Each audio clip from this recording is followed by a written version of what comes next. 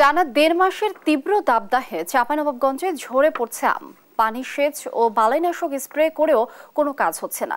এই পরিস্থিতিতে কাঙ্ক্ষিত আম উৎপাদন নিয়ে বাগানীরা পড়েছেন চরম দুশ্চিন্তায়। সহকর্মী তারেক রহমানের পাঠানো তথ্যচিত্রে দেবাশ্রী বড়ুয়ার ডেস্ক রিপোর্ট। আমের উর্বর ভূমি হিসেবে পরিচিত জেলা চাঁপাইনবাবগঞ্জ। ফজলি, ল্যাংড়া, গোপালভোগ, খিরসাপাত সহ প্রায় ১.৫ শতাধিক জাতের সুমিষ্ট আমের চাষ হয় এখানে। কিন্তু এবার বৈরী আবহাওয়ায় চাষিদের মুখে হাসি নেই। তীব্র দাবদাহে ঝরে পড়ছে আম। ফলে আমের ফলন নিয়ে দুশ্চিন্তায় আছেন আম চাষিরা। অনাবৃষ্টির কারণে, তাপের কারণে আমগুলো ঝরে ঝরে পড়ে যাচ্ছে, নষ্ট হচ্ছে। এখন আমরা কেউ কষ্ট করে খরচ করে সেচ দিচ্ছি, কিন্তু দেখালে যে ওয়াটার লেয়ার কমে যাচ্ছে। তো আম হয়নি। হ্যাঁ, যে বাগানে হয়তো 200 মন হতো, সে বাগানে হয়তো 40 মন হয়েছে, 50 মন হয়েছে। হ্যাঁ, এরকমই আমাদের লসের উপরে লস। তাদের দাবি, টানা কয়েক বছর ধরে লোকসান গুনতে হচ্ছে তাদের। তাই আম চাষে ভর্তুকি দেওয়ার দাবি জানিয়েছেন তারা। মাত্রা বেশি হওয়াতে আমাদের অনেক বাগানে আর কি ফল ঝরে যাচ্ছে বলছি আমরা।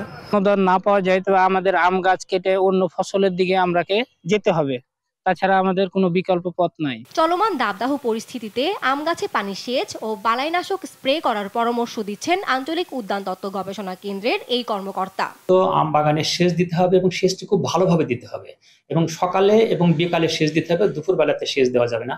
সেচ দেওয়ার পরে গাছের গোড়ায় বিভিন্ন খড়কোটা আবর্জনা দিয়ে যদি ঢেকে রাখা যায়, তাহলে এই রসটি মাটিতে দীর্ঘ সময় থাকবে এবং গাছ বেশি রস পাবে। তীব্র দাবদাহ অব্যাহত থাকলে এবার কাঙ্ক্ষিত ফলন পাওয়া নিয়ে শঙ্কা প্রকাশ করেছে খোদ কৃষি বিভাগ। সুবিধা রয়েছে বা যাদের সুযোগ রয়েছে তারা এই সময় আম গাছে ঠান্ডা পানি স্প্রে করবে এবং নিয়মিতভাবে সেচ দিবে এবং মালচিং করার চেষ্টা করবে। এগুলো করলে দেখা যাবে যে ঝরার প্রবণতা কমে যাবে। পূর্বাভাস রয়েছে যে আগামী 5 বা 6 তারিখে বৃষ্টি হতে পারে।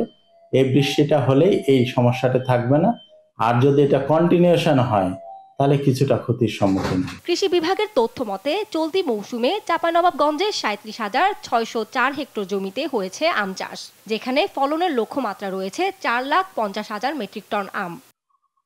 নিউজ ডেস্ক, দেশ টিভি।